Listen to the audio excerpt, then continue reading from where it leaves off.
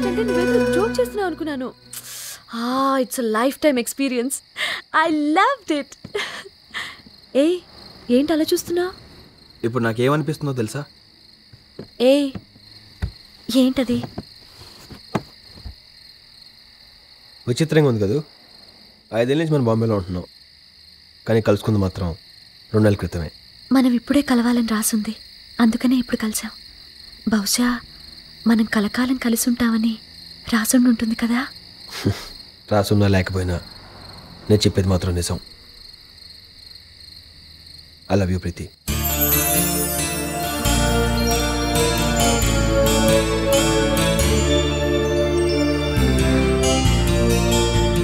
I love you too Ravi.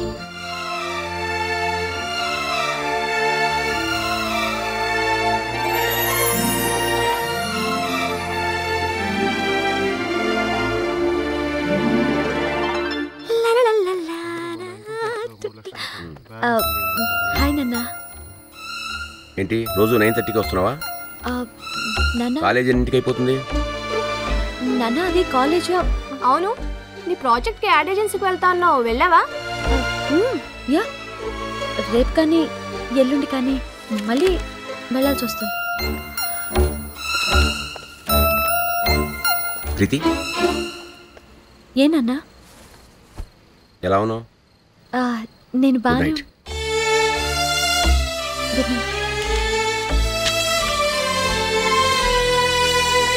ఎలా ఉన్నావు? ఇప్పుడు అడుగుతావేంటి? ముందే అడగాలి కానీ. సచిన్ అని ఒక అతని గురించి చెప్పానే, అతనికి నేనంటే చాలా అభిమానం. నువ్వంటే అభిమానం కాదురా, నీ చేతిలో లాటి అంటే భయం అంతే. సచిన్ చూస్తున్నాడు, సెలెక్ట్ చేయాలి.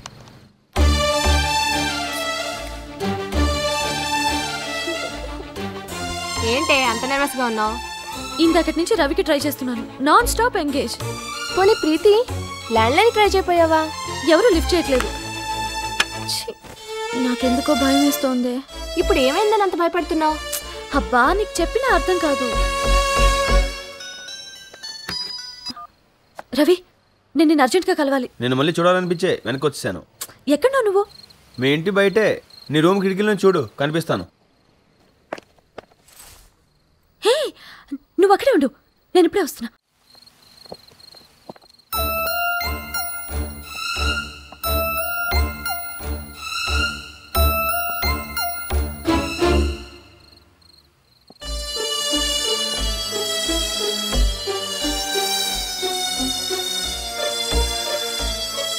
దా దా దా దా దా దా. ఏంటి సడన్గా గుర్తొచ్చానా? ఏంటి అలా ఉన్నావు? ఒంట్లో బాగోలేదా? బానే ఉంది. మనసు బాగోలేదా? లేదా నేను పెళ్లి చేసుకున్నాను ఏమైనా డౌట్ వచ్చిందా? చే, మీ ఆడవాళ్ళంతా ఇంతే. చూడు, నువ్వు ఇలాంటి ఏదో డౌట్లేం పెట్టుకోకలేదు. నేను ఈ భూప్రపంచం ఎవరైనా పెళ్లి చేసుకుంటే అది నిన్నే, సరేనా? కానీ నేను నిన్ను చేసుకోలేనేమోనని భయం వేస్తోంది రవి. ఇంకోటి ఎవడైనా లైన్ ఎత్తున్నాడా? రవి, నేను సీరియస్గా మాట్లాడుతున్నాను. ఇందాక నువ్వు నన్ను ఇంటి దగ్గర డ్రాప్ చేశాక లోపలికి వెళ్తే మా డాడీ ఉన్నారు. కొంప తీసి మన మ్యాటర్ కానీ తెలిసిపోయిందా? కానీ తెలిస్తే ఏమవుతుందో తలుచుకుంటే అప్పటిదాకా నీతో కలిసి ఉన్నాననే సంతోషం మొత్తం పోతోంది. ఈ పెళ్లి జరగదు రవి. మీ నాన్నకి నేను నచ్చిన భయమా? మా డాడీకి లవ్ మ్యారేజ్ నచ్చదని భయం. ఏంటి ప్రీతి చిన్నపిల్లలాగా? ఇద్దరు మేస్ ప్రేమించుకుంటే అడ్డు రాకూడదని వేరే మీ నాన్నకి చెప్పాలా? పైగా చేసేది పోలీసు ఉద్యోగం. లేదు రవి, నీకు తెలీదు. ప్రేమంటే మా నాన్నకి ఇష్టం లేకపోవటానికి ఒక బలమైన కారణం ఉంది. మా అక్క రేణుక. తనంటే మా అందరికీ ప్రాణం. 2 ఏళ్ల క్రితం మా అక్క ఒకతన్ని ప్రేమించానంటే దాని ఇష్టాన్ని కాదనలేక నాన్నే దగ్గరుండి పెళ్లి జరిపించాడు. 6 నెలల వరకు వాళ్ళు ఎంతో హ్యాపీగా ఉన్నారు. వాళ్ళిద్దరిని చూసి అక్క కరెక్ట్ డెసిషన్ తీసుకుందని మేం కూడా ఫీల్ అయ్యాం. ఉద్యోగంలో చిన్న చిన్న చికాకులు సహజం, కానీ బావ వాటిని సీరియస్గా తీసుకునేవాడు. పాపం అక్క సర్ది చెప్పడానికి చాలా ట్రై చేసేది. కెరీర్లో సక్సెస్ లేదని, తన్నెవరూ అసలు అర్థం చేసుకోవట్లేదని ప్రతి చిన్న విషయానికి ఫ్రస్ట్రేట్ అవుతూ ఉండేవాడు. అదంతా ఇంటికొచ్చి పాపం అక్క మీద చూపించేవాడు. ఒకరోజు ఏం జరిగిందో ఏమో కానీ మా రేణుకక్క మంటల్లో కాలిపోయింది. అది ఆత్మహత్య అని అతనంటాడు, కాదు హత్య నాన్నంటాడు. ఇదేమైనా అక్క ఇంకా మాకు లేదన్నది మాత్రం నిజం. ఆ క్షణమే అక్కతో పాటే నాన్నకి ప్రేమ మీద నమ్మకము చచ్చిపోయింది, గౌరవం పూర్తిగా పోయింది. ఇక మిగిలిందల్లా కోపం, అసహ్యం. He just hates love. He hates love.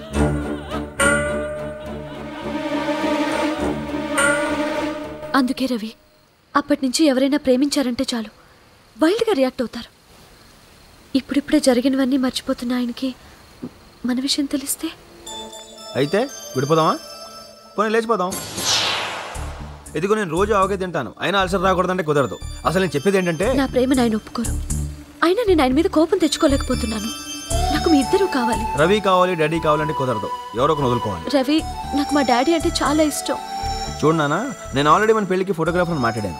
మన దాం కూడా ఉన్నాడు చూడు, వాడు నాకు తెలిసిన ఒకడు సినిమాలో పనిచేస్తున్నాడు. వాడిని వీడియో తీయమని పురమాయించాను. మన పెళ్లి ఏ కళ్యాణ మండపంలో జరిగితే బాగుంటున్న విషయం మీద ఆల్రెడీ బ్యాచ్ తిరుగుతుంది. ఈ టైంలో నువ్వు వచ్చి మా నాన్న అంటే ఇష్టం, నీతో పెళ్లి కష్టం అంటే వింటానికి చాలా అసహ్యంగా ఉంటుంది. నిన్ను ప్రేమిస్తున్న మనిషిగా నీకు అవకాశం ఇస్తున్నాను. నేనా మీ నాన్న? బాగా ఆలోచించి అవసరమైతే మీ ఫ్రెండ్స్తో కూర్చొని డిస్కస్ చేసి ఓ డెసిషన్ రా. ఇది లైఫ్ అండ్ డెత్ మ్యాటర్ కాబట్టి నువ్వు అవునని వెంటనే చెప్పక్కర్లేదు. ఒక గంటన్నర బాగా ఆలోచించి నాకు ఫోన్ చేయి. Okay Ravi, try to understand please. Preethi, Ravi plus Preethi minus మీ daddy is equal to happiness. Guarantee. Ravi, నన్ను అర్థం చేసుకో రవి, ప్లీజ్. రవి, అర్థం చేసుకో రవి.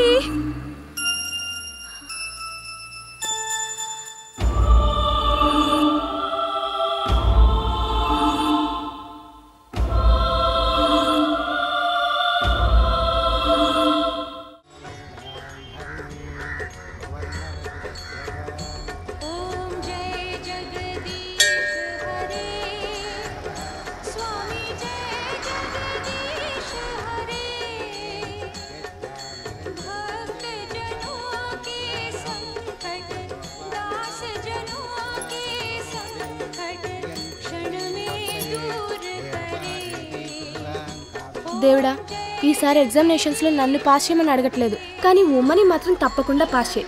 దాని పేపర్లో కాపీ కొట్టాను కాబట్టి అది పాస్ అయితే నేను పాస్ అయినట్టే. ప్లీజ్ దేవుడా, ప్లీజ్. దేవుడా, నువ్వైనా నా పరిస్థితి అర్థం చేసుకో. రవి లేకుండా నేను బతకలేను.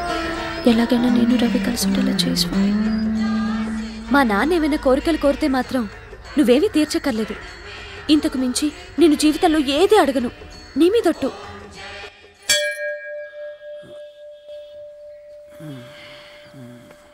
ఏంటమ్మా రాత్రి లేట్ అయింది, ఏంటి మ్యాటరు?